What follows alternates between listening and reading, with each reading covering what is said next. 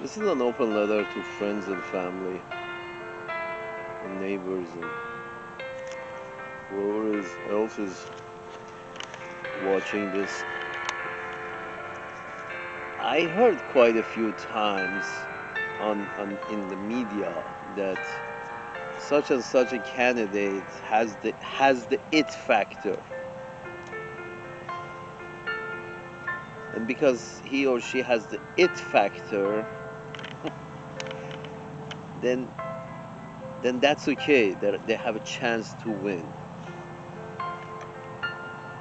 Salute.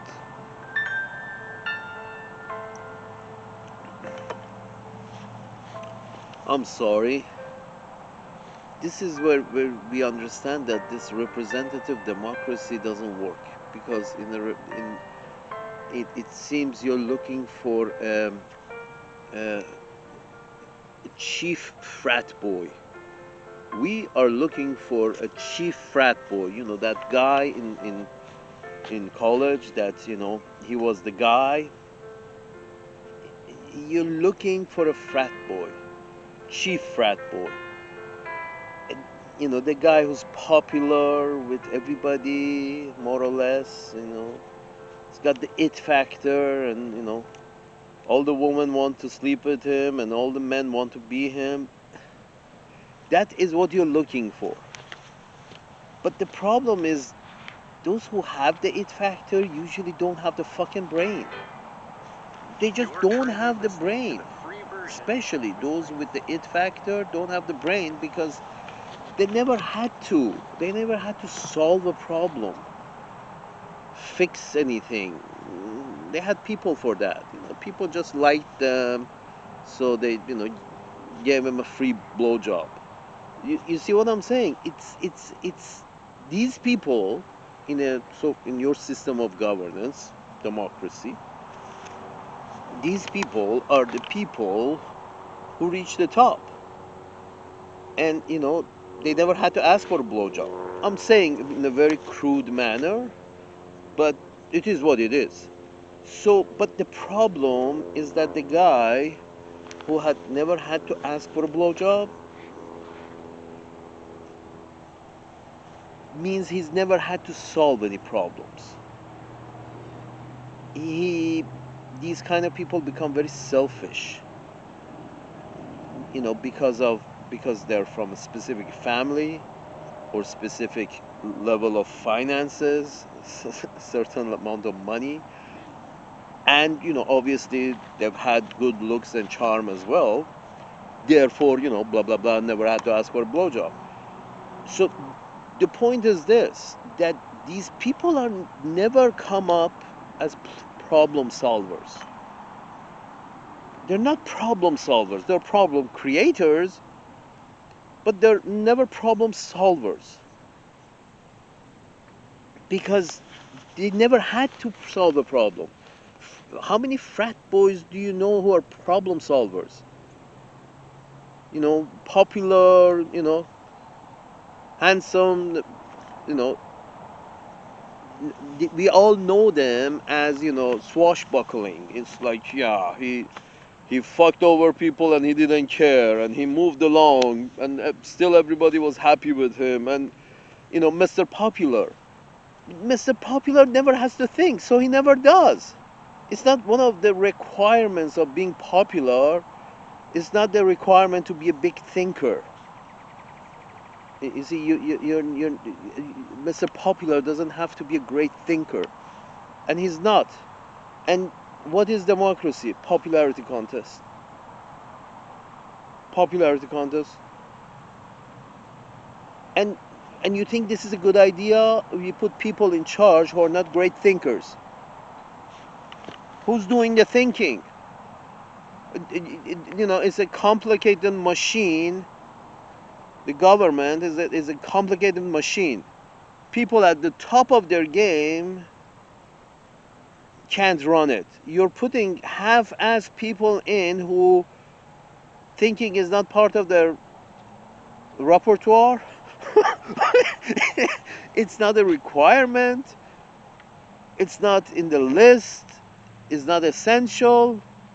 White teeth, that's essential. White, big teeth.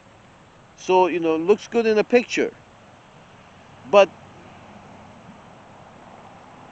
not thinking, analytical mind, a good mind, a clear mind, a human mind. No, nope, not a requirement. We need him to look good. Salute.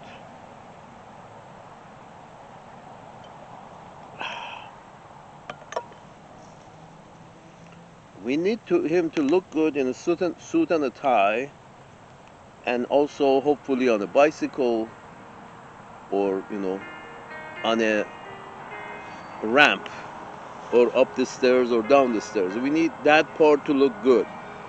The rest of it we will put together somehow. We will model. And you literally end up having to, import frontmen in Hollywood.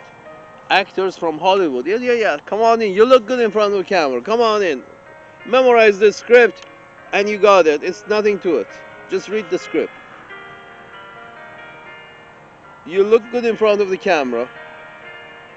Kennedy was like that, Reagan was like that. That's a whole. Clinton was look good in front of the camera. It's sort of like. Does that tell you anything about his spirit, his soul, his perspective in life, his brain power? Some of them do actually end up have brain power, but then you don't know his soul. He's using the brain power to fuck over a lot of people. Because this method of, picking Mr. Right or Mrs. Right based on a popularity contest. Do you remember? Here's the thing. Here's a measure. Do you remember the, homecoming king, homecoming queen, or do you remember the Mr. Popular from your school? I don't. They weren't, because it wasn't important to me to remember who the fuck this motherfucker was. I wasn't it. But I'm not, that means his mark in his life, popular people, if people don't follow them blindly, they don't leave good marks in behind them in history. They just don't. They're popular, but most of them they bumble through and leave a really bad mark in their wake. Popular people, because popular people don't think. Thinking is not a requirement. Having a good spirit is not a requirement in popular people. And choosing a popular leader as your popular person as your leader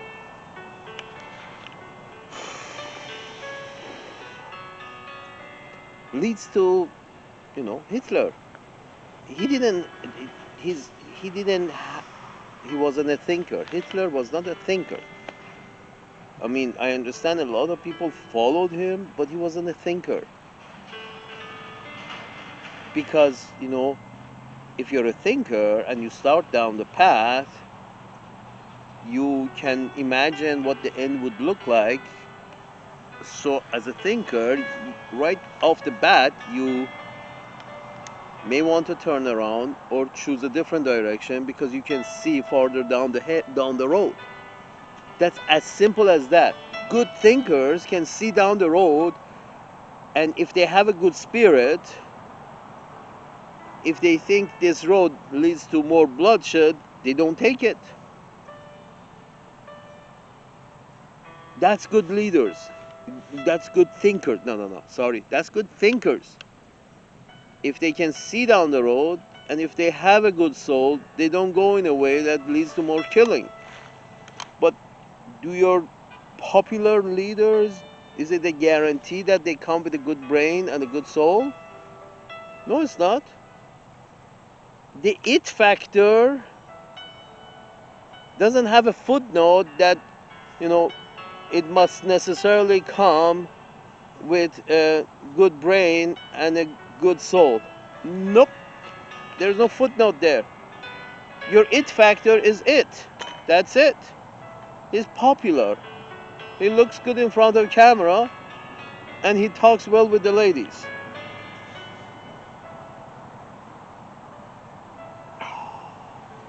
The it factor is what gets human beings in trouble. Napoleon obviously had an it factor.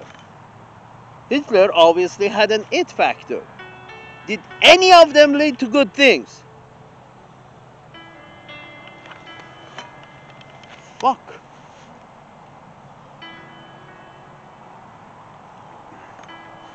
No, I'm sorry. There is too much is being made of the it factor. Too much is being made of popularity. There's a popularity is a good thing. No, it's not. Let's determine who's got a better brain and let's follow that motherfucker. However, he might be picking his nose. That's okay. But, he might have a big nose or a small nose or a crooked teeth, but his ideas makes a lot of sense. So let's follow him because, he's got good ideas. You fucking want to pick the president of the GQ magazine cover. Sorry, GQ magazine cover. Yes, we have a good-looking leader.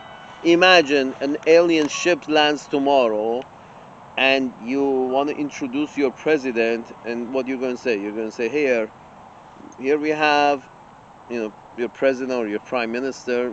Here we have the best good looking guy we could find within our population who has the it factor. The it factor may work for you humans, but for aliens, because they are not accustomed to how you look and how you should look and what is beautiful or not beautiful in your what is handsome or not handsome in your understanding of facial structure or human structure or bipedal structure. It may be important to them. Aliens are not impressed with your physical structure or your facial structure or how many teeth you have or how white is your fucking teeth. Aliens are not interested in that. And you want to show them, a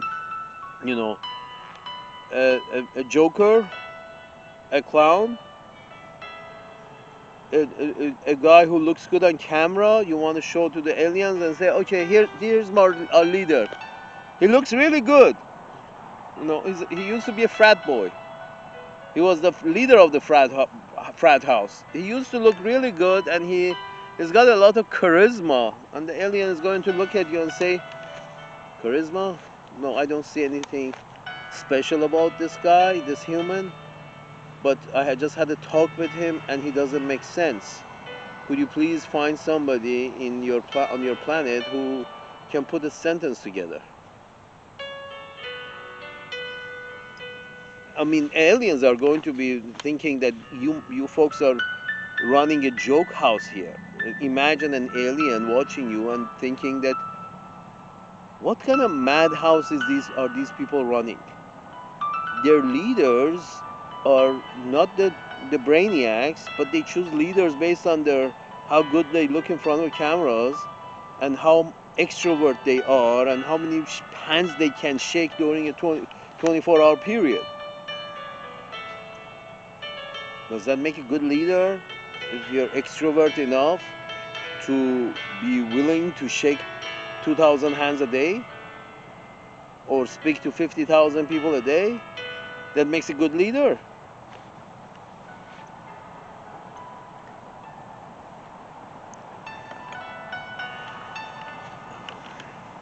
I'm sorry, democracy with this popularity contest, it's just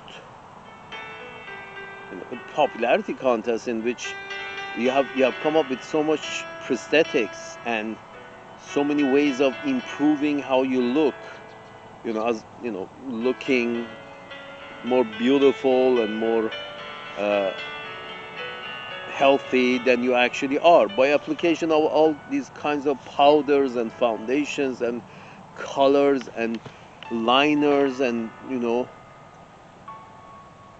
so almost everyone who goes in front of a camera is given to somebody to clean him up and make him look better than he does. So you have a lot of Ken Barbies and Kens in front of the fucking camera because apparently that's how you get votes if you look good.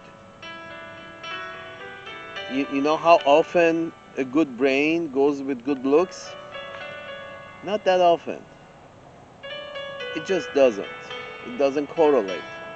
In fact, if you have good looks, so many doors open to you in your life automatically that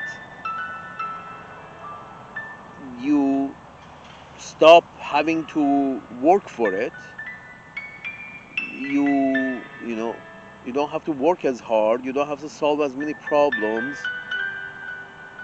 So you're not going to be a problem solver as any statesman should be a problem solver. Hey, we have a problem here. Here's an example. We have a problem here in West Asia. Although we believe in secularism and it has worked for us for 75 years, we haven't killed anybody over religion for such a long time. We haven't killed anybody over religion for such a long time. So that means, secularism has worked and it's a very good idea, but we keep on pushing in West Asia that Israel should be a Jewish state. And we recognize it as a Jewish state. And then shit continuously keeps hitting the fan in West Asia for 75 years, and these statesmen who are very supposedly problem solvers, brainiacs, supposed to be, it should be a job requirement. Pass a test. We pass tests for everything else, not this fucking shit that they came up and said, oh, you have to recognize if this is a snake and this is a cow and this is a human. Are you fucking kidding me? There should be a real intellectual, real intelligent test for anybody who wants to be a president, for candidates. Anybody in the nation can be a candidate for presidency. You have to pass this fucking test. And it's a hard test. That's what you want. I'm sorry, you should have a test for presidency. At nationwide, we want the smartest guy to be our leader, and then we want the second smartest guy in the country to be his vice president, and we want the third smartest guy to be the leader of the house. We have a nationwide test. You have tests for everything else except leadership. Oh, with leadership we like to go by the looks. We want to enjoy the leaders we look at. We want to enjoy their smile and their fake white teeth. Seriously, with all the prosthetics you have, you can keep the same guy looking A-okay until he's past dead. Because you have so much, makeup and prosthetics and this and that you can make people look good forever. But that doesn't mean, and your system is based on, we pick people who look good on camera. Are you fucking kidding me? No, you want to find the best leader of the tribe? Have a nationwide test. We want the smartest guy. And we don't fucking care how old is he or how good he looks. We want the smartest guy as the leader of the nation, our tribe, our nation, whatever nation you live in Angola, Congo, Canada, US, England, France, Uganda, Chad. We want the smartest guy. And to find that, we're going to have a nationwide test find the smartest guy, and then between those smartest guy that we find, the first 5, then we're going to have a debate between the first 5 of the nationwide test for presidency. And you do it for presidency, and then the rest of the lower levels of your government is filled by whoever can become second, third, fourth, whatever. Not not Ken and Barbie.